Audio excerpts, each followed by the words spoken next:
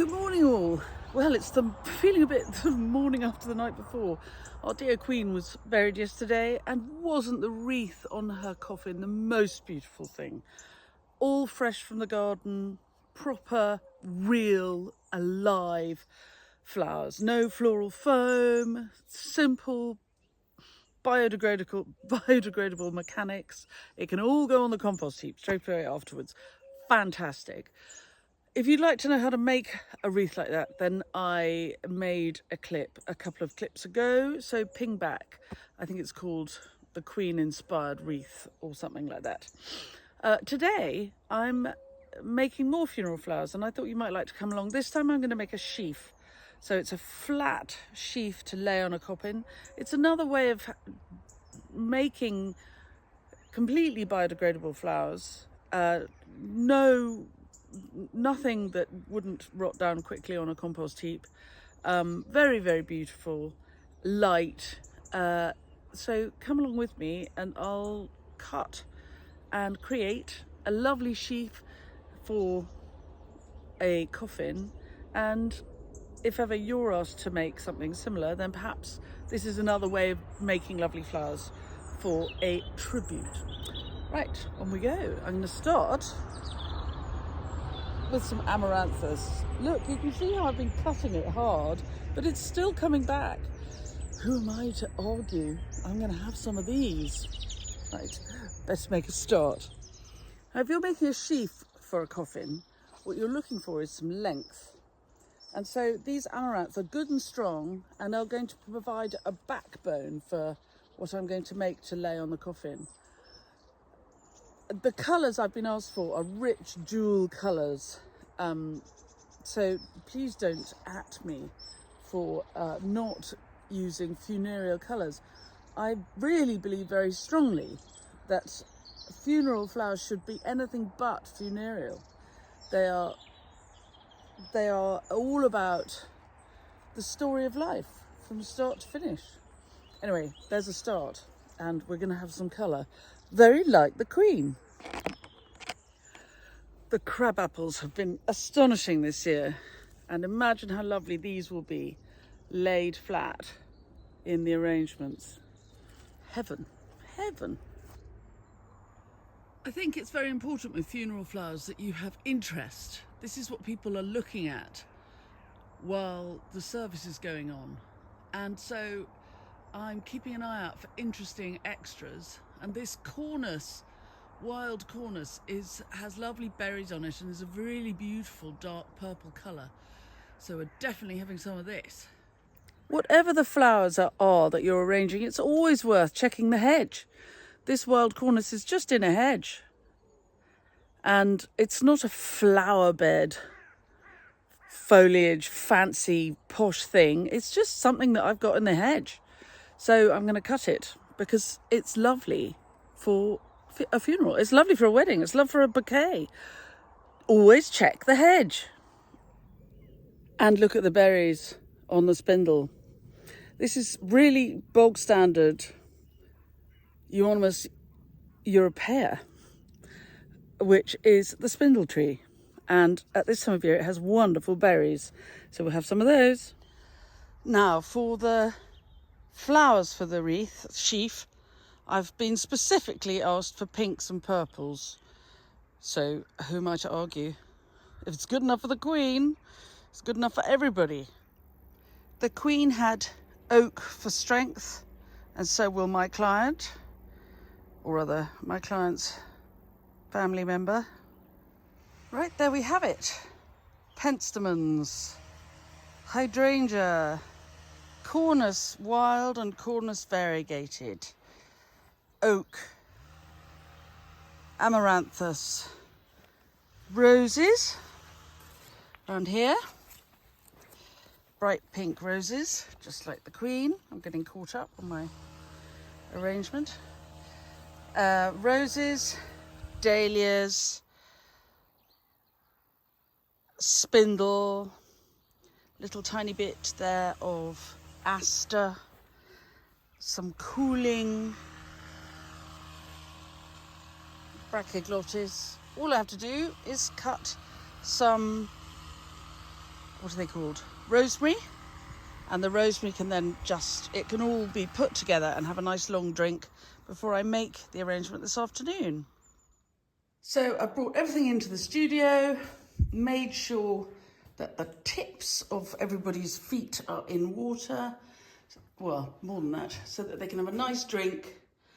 And then when they've had a couple of hours, so that the water is nice and high in their necks, I will make the sheaf for tomorrow. Right, it's 2 o'clock in the afternoon and my lovely material has had a couple of hours, more than that, but 4 hours having a good old drink. I'm now going to make the sheaf. It will stay in water, so I will pack it up for my client who's going to pick it up at 3:30 in such a way that it can stay in water overnight, so there's no reservoir for when it's on the coffin. But until tomorrow, it will have an overnight in water so that when it's taken out of water and laid on the coffin, all the flowers will be up to their neck in water and stay looking lovely and fresh all day. And the way I'm going to make it, it's going to be 3 bouquets tied together, which means that afterwards, if they would like, my client can either leave the flowers at the graveside or, as is often the case, if the funeral takes place at a crematorium, then after the event, the flowers can be taken away and split into 3. They can become bouquets to dress the wake, or be given to people to take home with them afterwards. And then they can behave like an ordinary bouquet for a week or more. Anyway, let's see how it looks as I make it. So here's the first section, and I've tied it just as an ordinary hand tie, but you can see that there's a lovely interest for lying on the coffin. There's plenty to look at, lovely bits to hang over the sides, lots of colour. And for this part, the first of the 3 bouquets I've made, the point of the exercise is height. So this is very tall. I'll show you when it's hard to see to get an idea.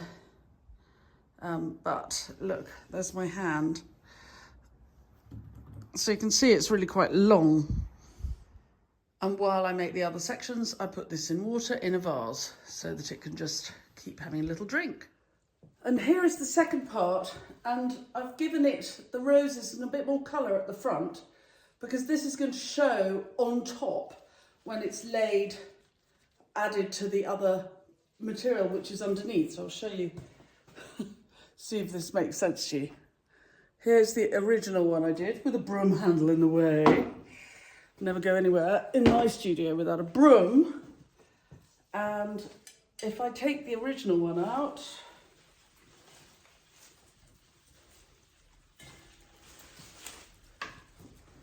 when I put them together, they're going to be tied together.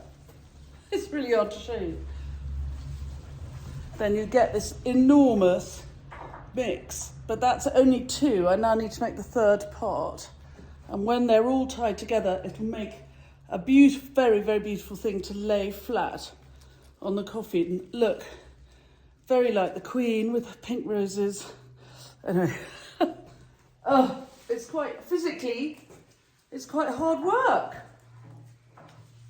I have to put it down to make it, to be able to turn you guys off. I'll turn you off for a minute, I'll make the 3rd part and I'll show you what it looks like all together, but coming together nicely. While I'm making it, I'm putting it in a bucket. It was too big for the vase. We'll get there. And so this is the 3rd bouquet, which you can see, this material is going to be the side. So it'll show on the side. And then these big dahlias will be on the top. They won't show so much. What people see is what's going on underneath and around the side, because the coffin is high up and at sort of this level. Imagine being one of those tall shoulders carrying the Queen. So it's important to keep interesting material going around the edges. Anyway, that's the third bouquet. So I'm going to tie it up. I'll tie them all together, lay it out, and you'll see what it looks like. Hopefully it'll inspire you to have a go or think again about funeral flowers. I tie my bouquets really simply with raffia. It's not fancy pants. What I don't like doing is laying them down to tie them up, especially if the material's in any way damp, because it's quite bruising. And I know this bouquet is going to be laid on top of the coffin, but I still don't want to lay it down until I've made the whole thing. So raffia doesn't stretch and it doesn't bruise, which is why I like it. And it's 100% biodegradable, like me. Right, so here it is in its full glory. Woo, falling over the bucket. If I lay it down,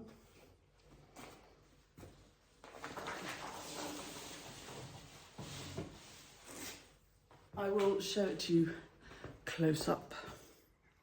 It's about 75 stems. They're all quite big stems. It should have masses of interest. The whole point of a funeral, any kind of flowers that go anywhere near or on a coffin for a funeral, their job is to give you an idea of how beautiful life is. So the job is to have colour, symbolism. So we've got oak leaves for strength, rosemary for remembrance, always rosemary in funeral work. We've got colour, which is sort of inspiring and lifts the spirits. We've got berries, and hopefully this will blend with the colours of the garden. I was told by the client what the colours of the garden that the person who's died came from, and they loved their garden. Most of my funeral work comes when people who have very much loved their gardens die, because then they can have garden flowers. I'll turn it around the other way and then you can see it again. So this is what it'll look like from the side on the coffin. And then if you go round the end, here is lots of interest, lots of colour, very seasonal, very fresh. And it is really, at the end of the day, nothing more than a simple hand tie. And I'm going to put it back in its bucket of water because my client is collecting it and it's for tomorrow morning, and I'm going to just let it have a bucket of water to sit on overnight, and it'll be fresh for tomorrow. Even though I say it myself, I'm quite pleased with this. Now I have to photograph it as well, challenging. And here is the arrangement in a bucket, and this is how it's going to be delivered. Luckily, I know the client quite well, and I don't anticipate that they will cry and wail because they don't like the bucket. It's the best way for these stems to have a reservoir of water overnight so that tomorrow they'll be fresh when they're laid on the coffin. I have to say, I do love the combination. It is very autumnal. I'm sorry the bucket is ugly, but that is very pretty and will look lovely on the coffin tomorrow. So thank you very much for joining me. Please do subscribe to the channel, press the bell icon, and we'll tell you when we've got more clips coming up. And if any of the tips and tricks have been useful from this clip, then you can always buy me a coffee. The link for buying coffees, she says, turning up the camera a bit, is in the blurb to all my clips. And really support the channel, inspire me to make more clips. So if you'd like to inspire me to make more clips, then please do buy me a coffee. Thanks very much for watching. This one is called what is it called? Boscobel. This one is Woollerton Old Hall.